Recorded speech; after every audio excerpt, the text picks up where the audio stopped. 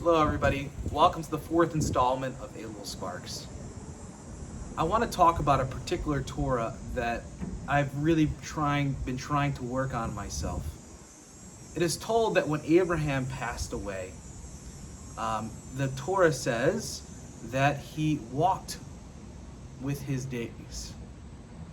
And the great Shmuel of Slonim, one of the great Hasidic Rabbeim of the 1800s, said what this means in a spiritual way that reflects to each and every one of us is that Abraham did not get to the end of the day and say, I wasted the whole day.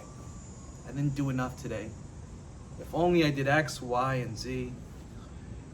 And Abraham also did not plan for the next day, the day before. He didn't spend the whole entire day thinking of what the future might be like. But Abraham really spent his days walking with his days. He spent his life walking with his days, connecting with what God wanted of him in every moment in which he walked. There's a temptation for us to constantly think we need to be somewhere else.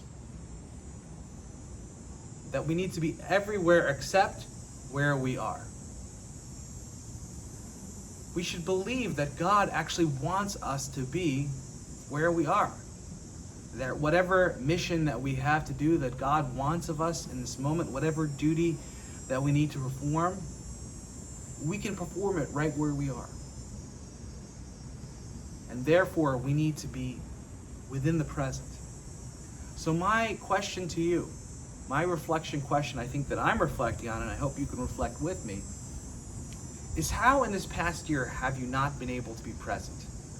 Have you not been able to be in the present moment?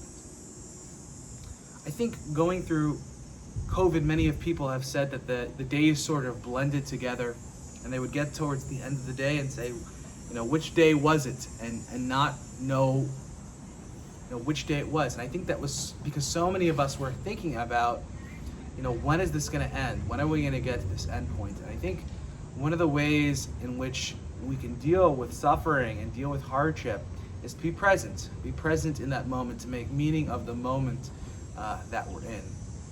And then time won't pass by so quickly.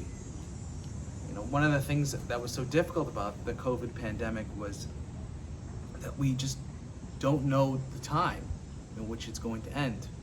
I was going to say in which it ended, but of course we know with the Delta variant it's still going on right now. If we knew a particular day that would be done with the COVID, then it would be much easier. But we don't.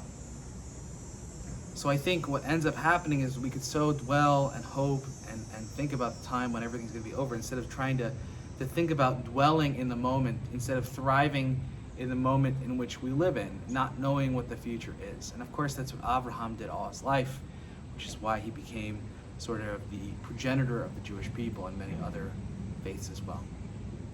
In my own life, I realized this. I have a beautiful dog named Louie, and I would walk him in the morning and at night, a nice half-hour walk. And he was, what I would normally do during it was listen to either a podcast, a radio show on my iPhone, or I would listen to music. And it would make the time sort of go faster. And eventually I realized that I'm missing out on what my dog is interested in and bonding with Louie. I'm missing out on the people who are walking by. I'm missing out on the foliage and the trees and the sounds of the neighborhood. And I actually began to stop listening to music and stop listening to podcasts on my walk, just to appreciate the experience of walking, of being in that moment.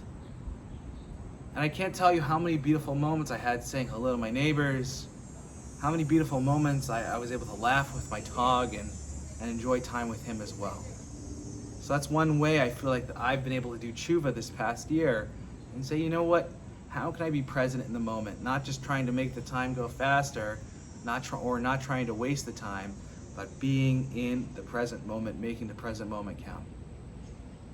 I hope you can reflect on that too, and how you can make the present moment count more in your life this coming year. See you tomorrow.